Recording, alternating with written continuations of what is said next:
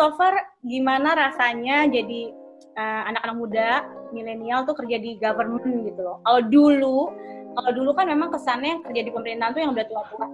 Tapi memang sekarang sih bahkan banyak menteri aja muda-muda gitu. Jadi mungkin sebenarnya tidak terlalu aneh lagi ya untuk melihat anak-anak muda kerja gitu yang bahkan di posisi-posisi tinggi gitu.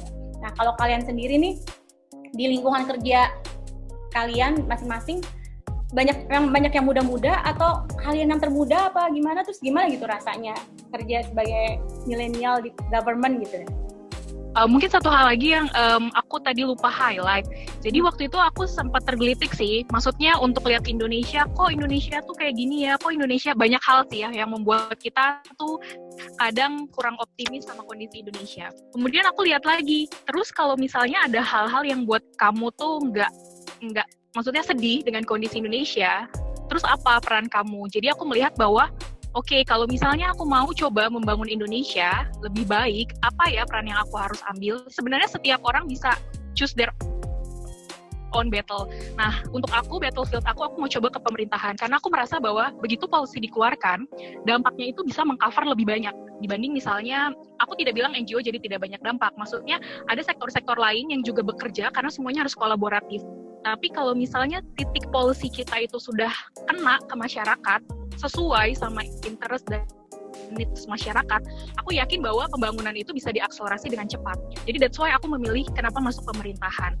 Nah, terus aku juga melihat bahwa, wah ini peluangnya memang generasi muda ya, karena aku melihat bahwa saat kita kuliah, kita ditempa untuk punya critical thinking, kita dibuka untuk perspektif yang berbeda dengan perspektif kita. Jadi aku merasa bahwa apakah aku bisa ya bersumbangsi ide, insight, sehingga sistem yang sudah ada itu juga coba kembali memfleksibelkan diri, membuka dengan aspirasi-aspirasi baru, sehingga lebih cocok nih dengan apa yang diinginkan masyarakat. Jadi waktu itu aku melihat mungkin milenial bisa jadi bridging yang baik ya, karena mereka dari kalangan intelektual, punya pengalaman di perusahaan itu sangat cair ya, jadi kapanpun kita bisa ngobrol sama bos tentang program, inisiasi, dan segala macam. Yang di pemerintahan itu mungkin harus berlayer. Jadi kita harus paham betul sistem birokrasi, kepada siapa kita mengucap atau berujar, tingkatannya kepada siapa juga, cara memposisikan diri, dan cara menyampaikan pendapat kita dengan sangat-sangat diplomatis juga sangat diperlukan. Nah itu sangat-sangat luar biasa sih, culture yang cukup challenging. Sebagai anak muda mungkin pengennya harusnya ini cepet loh perubahan dan segala macam. Tapi kalau di pemerintahan kita perlu ACC atasan kita, atasannya lagi, dan atasannya lagi. Dan kita tidak merepresentasikan diri kita sendiri, tapi merepresentasikan divisi. Artinya apapun yang kita kerjakan itu, balik lagi pimpinan kita yang akan direpresentasi begitu. Jadi poin itu yang sangat-sangat belajar. Tapi aku belajar banget sih bagaimana ternyata peran kita sebagai anak muda itu bisa membalance itu ya. Jadi kita juga mau memberi masukan, tapi di satu sisi kita juga harus belajar gimana masukan kita itu bisa diterima dengan orang. Jangan jadi kita jadi duri dalam daging, terus kita jadi dikik. Akhirnya apa yang kita punya yang baik tidak bisa masuk untuk merubah sesuatu yang kita rasa itu kurang pas. Ya gitu sih. Nah untungnya sementara ini teman-teman, karena rekrutan CPNS baru itu juga sudah mulai banyak anak muda, merit sistemnya juga semenjak 4 tahun terakhir, kita based on merit system, jadi aku tidak ada latar belakang PNS, sebelumnya mama papaku bukan PNS, ternyata aku bisa. Jadi kan dulu label-labelnya harus punya keluarga, networking, dan segala macam, tapi aku buktikan bahwa kalau kamu memang punya kompetensi, dan kamu mau, kamu harus berusaha, mungkin lebih dari yang lain, yang punya networking atau enggak, itu zaman dahulu ya, labelnya. Dan akhirnya saat kamu masuk, ya kamu harus gunakan kesempatan itu dengan baik.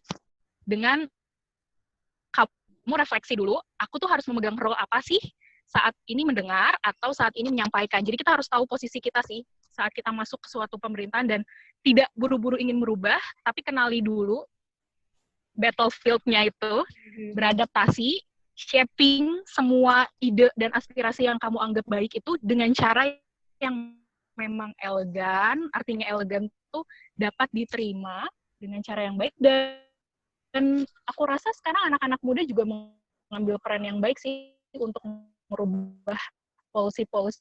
Jadi istilahnya Gitu.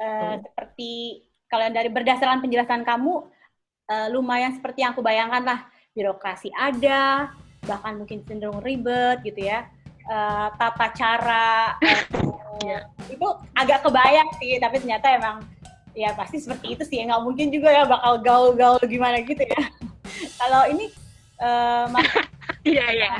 rasanya bagaimana? Bener sih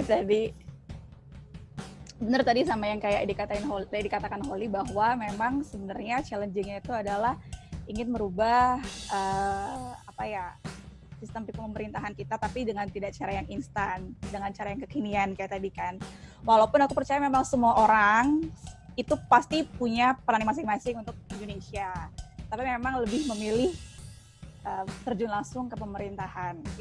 Kalau tadi yang birokrasi itu memang tuh berasa banget sih, itu birokrasi menjadi satu hal yang paling pertama kayaknya, yang paling utama di pemerintahan gitu kan. Mungkin itu juga jadi salah satu concern-nya Pak Jokowi kenapa mau memangkas eselon 3 dan eselon 4. Untuk memangkas birokrasi yang berjenjang itu kan, yang kayak harus masukin satu hal aja bisa, ya Allah lama banget gitu kan buat dapetin approval-nya gitu. Aku baru lulus dengan segala idealismeku gitu kan, kuliah juga di swasta yang berpikir kayak harusnya tuh harus begini gitu kan. Ketika aku sudah membuat sebuah communication plan untuk Bakamla, itu aku langsung kayak kena tamparan gitu loh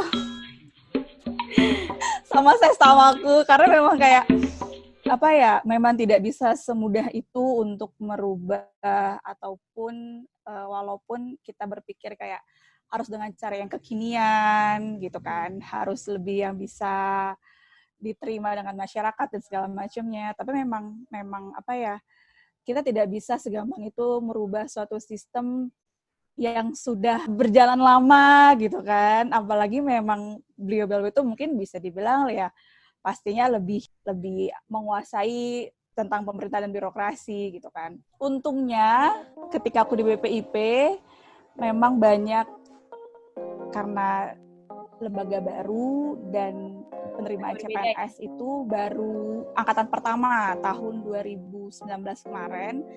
Jadi memang isinya itu anak-anak muda rata-rata. Walaupun sebelum mereka masuk itu sempat beberapa bulan itu memang hanya ada eselon 1, eselon 2. Jadi hari-hariku dengan para senior BPIP sampai akhirnya di Februari itu masuklah CPNS yang benar-benar aku kebetulan, walaupun aku ditarik sama mantan sesama aku di Bakamla gitu kan, beliau memang kebetulan jadi deputi hubungan antar lembaga komunikasi, sosialisasi dan jaringan yang memang berkaitan dengan masyarakat dan segala macamnya. Tapi entah kenapa aku tuh diletakin di kedeputian pengendalian evaluasi. Walaupun memang akhirnya aku in charge di dua-duanya gitu kan. Itu bener-bener aku ngajarin CPNS itu bener dari nol gitu loh, bener-bener gimana cara mereka bikin KAK, mereka bikin RAB, bikin pengajuan, bikin kegiatan segala macamnya, dan itu jadi kayak wah ternyata aku bisa berbagi pengalaman dan ilmu yang aku dapat sama Jaki Bakamla dengan teman-temanku yang baru masuk di BPIP waktu itu, dan rasanya ternyata ada manfaatnya juga.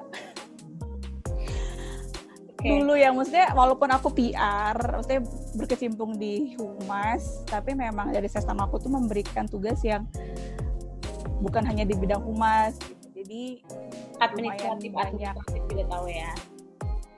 Iya, jadi memang waktu pas di BPIP itu memang masih minim banget orang-orangnya juga. Semuanya itu dikerjakan sendiri. Agak beda ya mungkin ya BPIP sama kementerian lainnya ya yang benar-benar bidang-bidang tertentu ya mungkin ya. Iya, bedanya mungkin karena memang ini kan lebih concernnya ke Pancasila. Ngomonginnya intoleran, radikalisme gitu kan.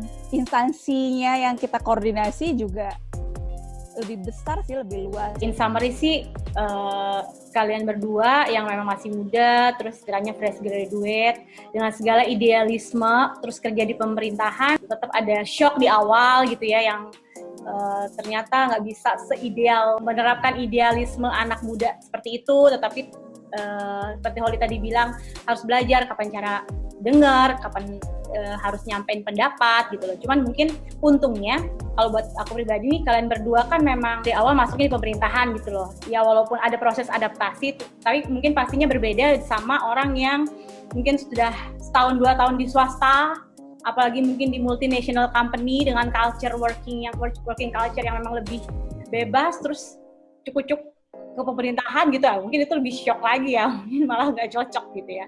Kalau kalian kan untungnya emang dari awal, sehingga dari awal tuh kalian emang udah ditempa untuk menyesuaikan dengan cara kerja pemerintahan gitu ya.